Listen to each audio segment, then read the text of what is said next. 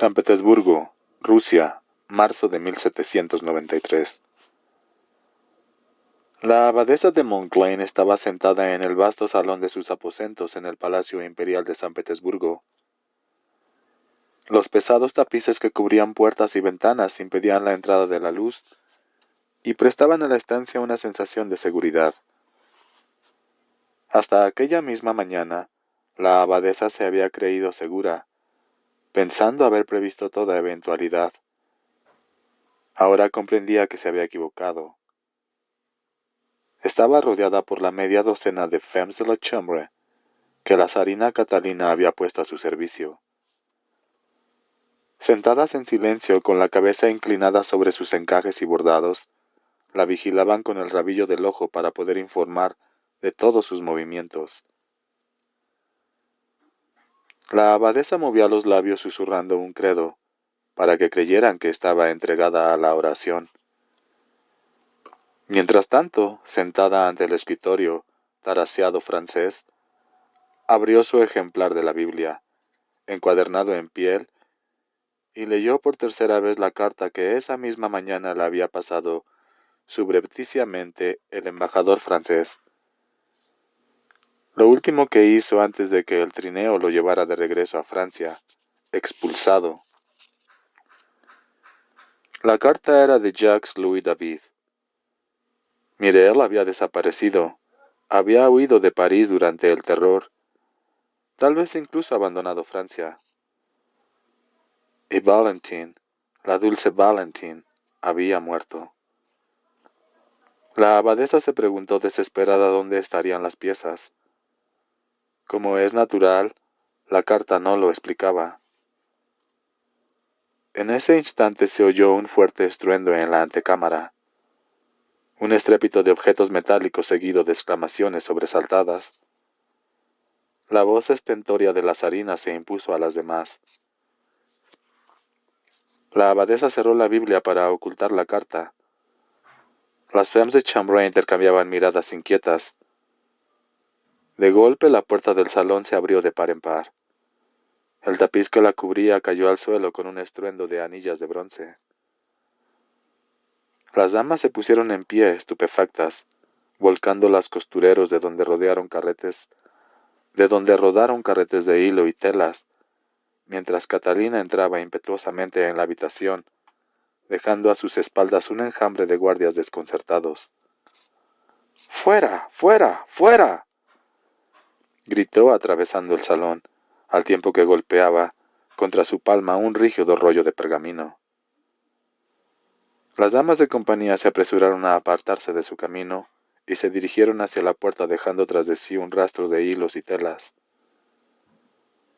En la antecámara hubo una pequeña aglomeración cuando chocaron con los guardias, en su intento por huir de la ira soberana. Después las puertas exteriores se cerraron con un golpe, en el momento preciso en que la emperatriz llegaba junto al escritorio. La abadesa sonrió tranquila, con la Biblia cerrada delante de ella sobre el escritorio. «Mi querida Sofía», dijo con dulzura, «después de tantos años vienes a rezar maitines conmigo. Propongo que comencemos con el acto de contrición». La emperatriz arrojó el rollo de pergamino sobre la Biblia de la abadesa. Sus ojos ardían de furia. «Empieza tú con el acto de contrición», vociferó. «¿Cómo te atreves a desafiarme? ¿Cómo te atreves a negarte a obedecer? En este estado mi voluntad es la ley. Este estado te ha dado asilo durante más de un año, pese a las advertencias de mis consejeros y en contra de mi propio buen juicio. ¿Cómo osas rechazar mi orden?». Y tomando el pergamino lo abrió delante de la abadesa. «Fírmalo», aulló. Con mano temblorosa y el rostro rojo de furia sacó del tintero la pluma, de la que cayeron algunas gotas sobre el escritorio. «¡Fírmalo!».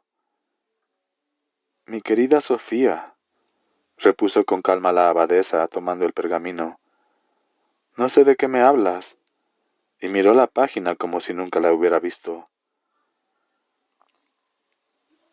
Platón Zubov me ha dicho que te niegas a firmarlo, exclamó la emperatriz, mientras la abadesa continuaba leyendo. La pluma seguía goteando tinta. Exijo saber la razón antes de encerrarte en prisión. Si vas a mandarme a prisión, dijo la abadesa sonriendo, no veo de qué puede servir mi excusa, aunque para ti pueda tener una importancia fundamental. Y volvió la vista al papel. ¿Qué quieres decir?, preguntó la emperatriz dejando la pluma en el tintero. Sabes muy bien qué es este papel. Negarse a firmarlo es un acto de traición contra el Estado. Cualquier emigrado francés que desee permanecer bajo mi protección ha de firmar este juramento.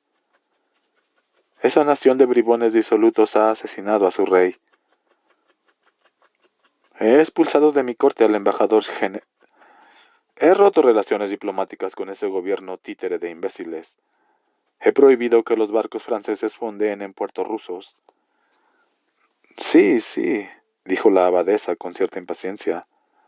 Pero, ¿qué tiene eso que ver conmigo?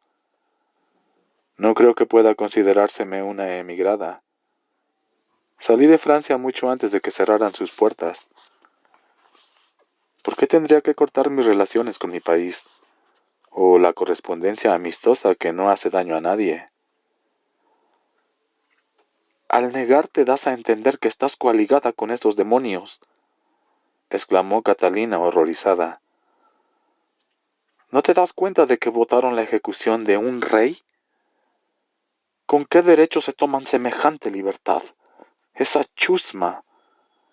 Lo asesinaron a sangre fría como a un delincuente común. Lo raparon, lo dejaron en camisa y lo llevaron en una carreta de madera para que la escoria lo escupiera. En el cadalso, cuando intentó hablar, perdonar los pecados de su pueblo antes de que lo degollaran como una res, lo obligaron a colocar la cabeza sobre el tajo y ordenaron que empezara a tocar los tambores. Lo sé, dijo con calma la abadesa. Lo sé. Dejó el pergamino sobre el escritorio y se puso en pie ante su amiga. Pero no puedo interrumpir la comunicación con Francia, pese a cualquier ukase que se te ocurra inventar. Hay algo peor, más espantoso que la muerte de un rey, quizá que la muerte de todos los reyes. Catalina miraba estupefacta a la abadesa que abrió la Biblia, sacó de entre sus páginas la carta y se la tendió. Tal vez hayan desaparecido algunas piezas del ajedrez de Montclair, dijo. Catalina la Grande, emperatriz de todas las Rusias, estaba sentada frente a la abadesa, y entre ellas estaba el tablero de ajedrez de azulejos blancos y negros. Tomó un caballo y lo colocó en el centro. Parecía agotada y enferma. No lo comprendo, susurró. Si siempre has sabido dónde estaban las piezas, ¿por qué no me lo dijiste? ¿Por qué no confiaste en mí? Creí que las habías dispersado. En efecto, repuso la abadesa estudiando el tablero, pero las dispersé depositándolas en manos que creía poder controlar. Al parecer me equivocaba. Una de las jugadoras ha desaparecido con algunas piezas. Debo recobrarlas. Por supuesto, convino la emperatriz. Ya ves que debiste recurrir a mi madre. Ya ves que debiste recurrir a mí desde un principio. Tengo agentes en todos los países. Si alguien puede recuperar esas piezas, soy yo. No seas ridícula, dijo la abadesa, que adelantó su reina y comió un peón. Cuando la joven en cuestión desapareció, había en París 8 piezas. No sería tan tonta como para llevárselas consigo. Es la única que sabe dónde están ocultas, y no confiaría en nadie, salvo en una persona que supiera a ciencia cierta que he enviado yo. He escrito con este objeto a Monsieur Corday, que dirigía el convento en Caen. Le he pedido que viaje a París en mi nombre, para encontrar el rastro de la chica desaparecida antes de que sea demasiado tarde. Si ella muriera, el secreto del escondite de esas piezas moriría con ella. Ahora que has expulsado a mi correo, el embajador Janet, ya no puedo comunicarme con Francia, a menos que me ayudes. Mi última carta ha salido en su valija diplomática. Helen, eres demasiado inteligente para mí, comentó Catalina con una amplia sonrisa. Debí haber supuesto cómo llegaba el resto de tu correo, el que no pude confiscar. ¿Confiscar? Exclamó la abadesa, observando cómo Catalina retiraba su alfil del tablero. Nada interesante, aseguró la zarina.